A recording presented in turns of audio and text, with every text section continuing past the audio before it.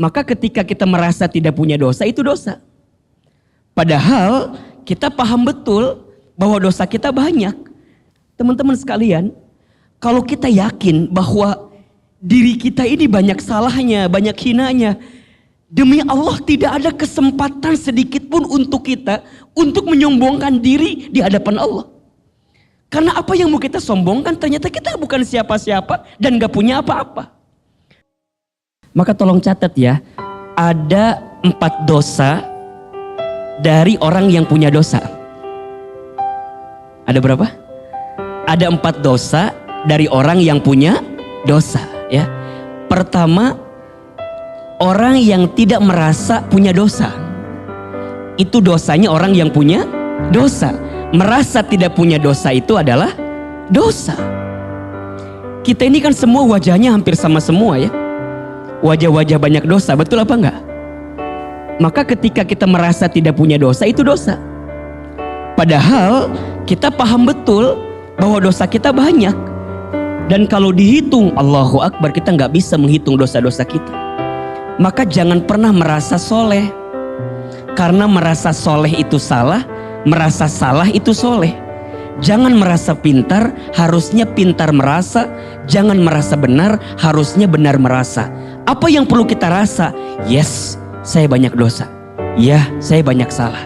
Makanya come back to you, kembali ke Allah. Teman-teman punten mohon maaf ya. Kalau hari ini teman-teman ada yang mohon maaf ya, sedang dikasih musibah, sedang dikasih kesulitan, sedang dikasih sesuatu yang boleh jadi menyakitkan dalam hidup kita. Coba dicek, boleh jadi karena ada dosa-dosa kita yang belum sempat kita minta ampun kepada Allah. Karena apa kata Allah? Wa ma asabaka min hasanatin faminallah, wa ma asabaka min sayyi'atin famin nafsik. Dan apa-apa yang baik yang hinggap kepadamu semua dari Allah. Dan apa-apa yang buruk, yang sulit, yang sempit, yang susah hinggap kepadamu famin nafsik. Coba evaluasi, mungkin ada dosa yang pernah kamu lakukan dan belum sempat kamu minta ampun kepada Allah Subhanahu wa ta'ala. Maka satu, dosanya orang yang punya dosa adalah merasa tidak punya dosa. Yang kedua, dosanya orang yang punya dosa adalah bangga dengan dosa. Bangga dengan dosa. Allahu Akbar.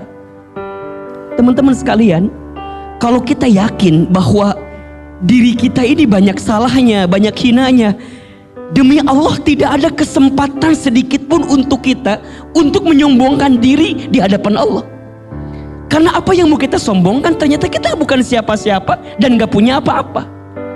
Makanya di antara sifat iblis yang membuat dia tidak akan pernah mendapatkan surga, kenapa? Sifat sombongnya.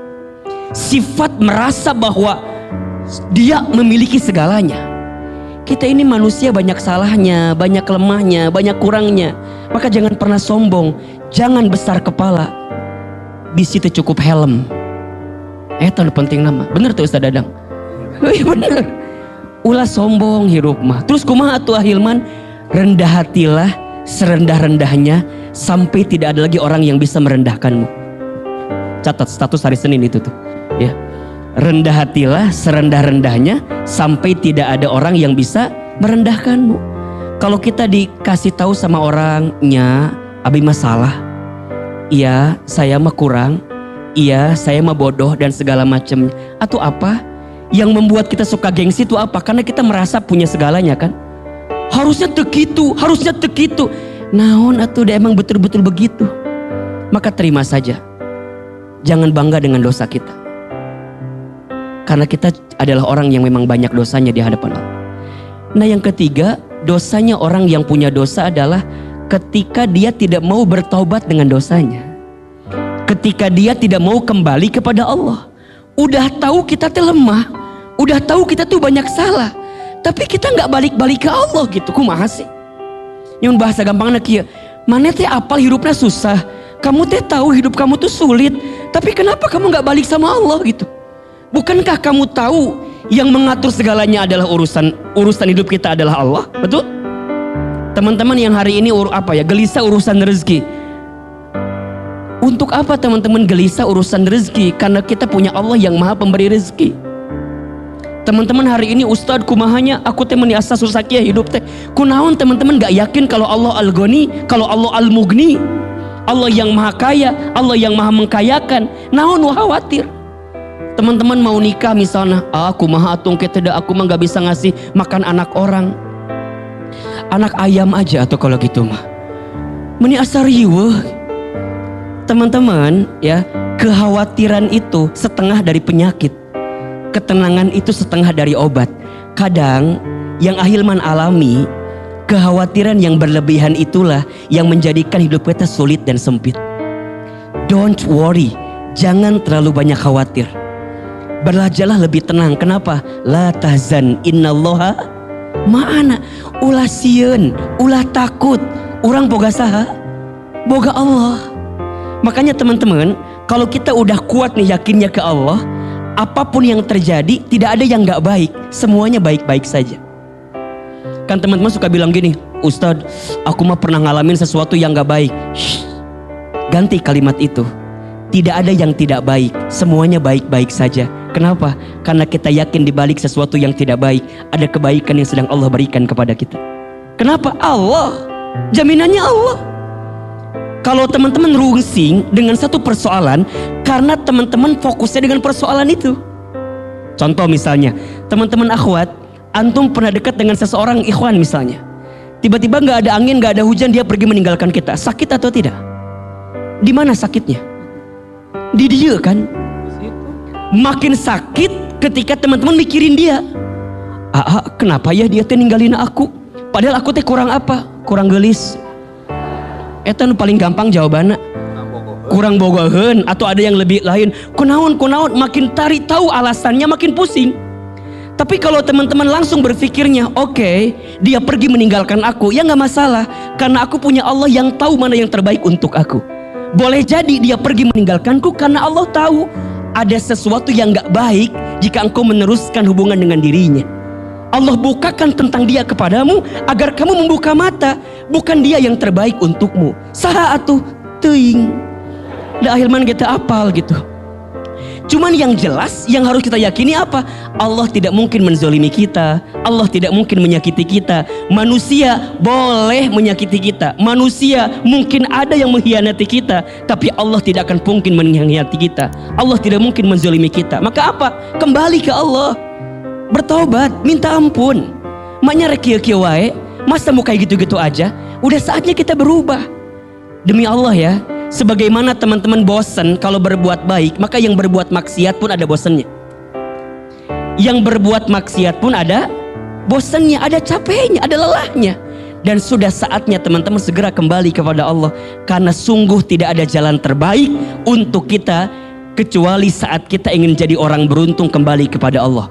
Watubu ilallahi jami'an ayyuhal mu'minun la'allakum tuflihun.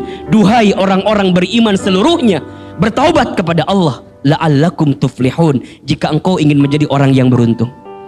Teman-teman coba cek deh ya, kalau teman-teman hari ini kerja, teman-teman hari ini usaha, tapi teman-teman tidak menemukan titik terbaik dari setiap usaha kita, coba evaluasi, mungkin banyak dosa-dosa kita. Saya ulangi ya, kalau teman-teman udah usaha, udah berikhtiar, tapi kok nggak dapat hasilnya, kunaonnya Ahilman, coba dicek, mungkin ada dosa kita. Baik dosa kita kepada Allah langsung, mungkin ya, dulu sering meninggalkan sholat, mungkin pernah mengakhirkan sholat, mungkin pernah melakukan larangan Allah, mungkin mata sering melihat sesuatu yang haram, mungkin lisan pernah zolim sama orang, mungkin tangan pernah menyentuh yang bukan haknya bagi kita, mungkin perut pernah makan minum yang haram, mungkin kaki pernah melangkah ke tempat maksiat. Mungkin itu yang menghambat kebaikan datang kepada kita. Atau mungkin ada hati orang tua yang pernah kita sakiti, mungkin ada perasaan ibu kita yang pernah dikecewakan oleh kelakuan kita, mungkin ada ayah kita yang pernah sakit hati karena omongan kita, atau mungkin ada sahabat atau teman kita yang pernah tersinggung karena pembicaraan kita. Maka jangan pernah berhenti bertobat. Dosanya orang yang punya dosa saat dia tidak mau bertobat kepada Allah. Dan yang keempat, dosanya orang yang punya dosa adalah saat dia putus asa dengan ampunan Allah Subhanahu wa ta'ala. Teman-teman sayang, Yakin ya, sebanyak apapun dosa kita, ampunan Allah lebih besar dibanding dosa-dosa kita. Saya ulangi, kalau kita datang dengan membawa dosa sebanyak buih dalam lautan, maka yakinlah ampunan Allah lebih luas dibanding samudra lautan itu. Maka mulai hari ini, yakin saja, setiap orang baik mungkin pernah punya masa lalu yang buruk. Dan setiap orang yang pernah menemukan keburukan, dia masih punya harapan untuk bisa mendapatkan kebaikan di waktu yang akan datang. Semua kita pernah tenggelam dalam masa lalu. Semua kita pernah tenggelam dalam kesalahan. Tapi sebaik-baiknya orang yang pernah tenggelam dalam kesalahan adalah orang yang segera kembali kepada Allah Subhanahu wa Ta'ala. Hari ini teman-teman bisa hadir di kajian teman hijrah. Ini bukti kasih sayangnya siapa? Allah. Bukan karena Ahilman, bukan karena Ustadz Dadang, bukan. Tapi ini bukti sayangnya Allah sama kita. Allah tuh sayang banget sama kita. Mana buktinya? Ini kita yang berlumur dosa, kita yang banyak salah masih dikasih kesempatan. Apalagi yang bicara. Yang bicara di depan belum tentu lebih soleh dibanding teman-teman yang duduk. Tapi mungkin Allah tutupi saja aib-aibnya. Makanya malu sebenarnya kalau kita ingat-ingat tentang dosa yang pernah kita lakukan. Tapi kita yakin Allah sebaik-baiknya pemberi ampunan kepada kita. Come back to you. Kembali ke Allah. Ya bisa Dadang ya.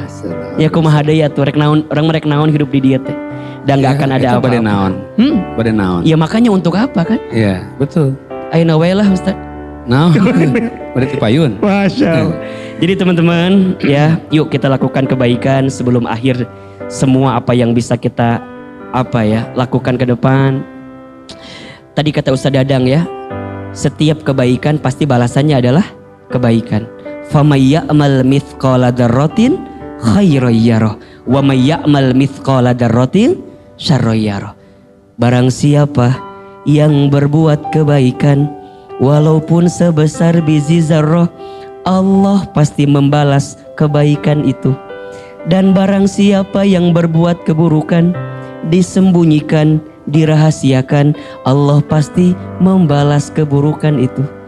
Jangan pernah berhenti menjadi orang baik, karena kita gak pernah tahu kebaikan mana yang akan mengantarkan kita ke surga. Dan kita tidak pernah tahu kebaikan mana yang akan menutup usia kita.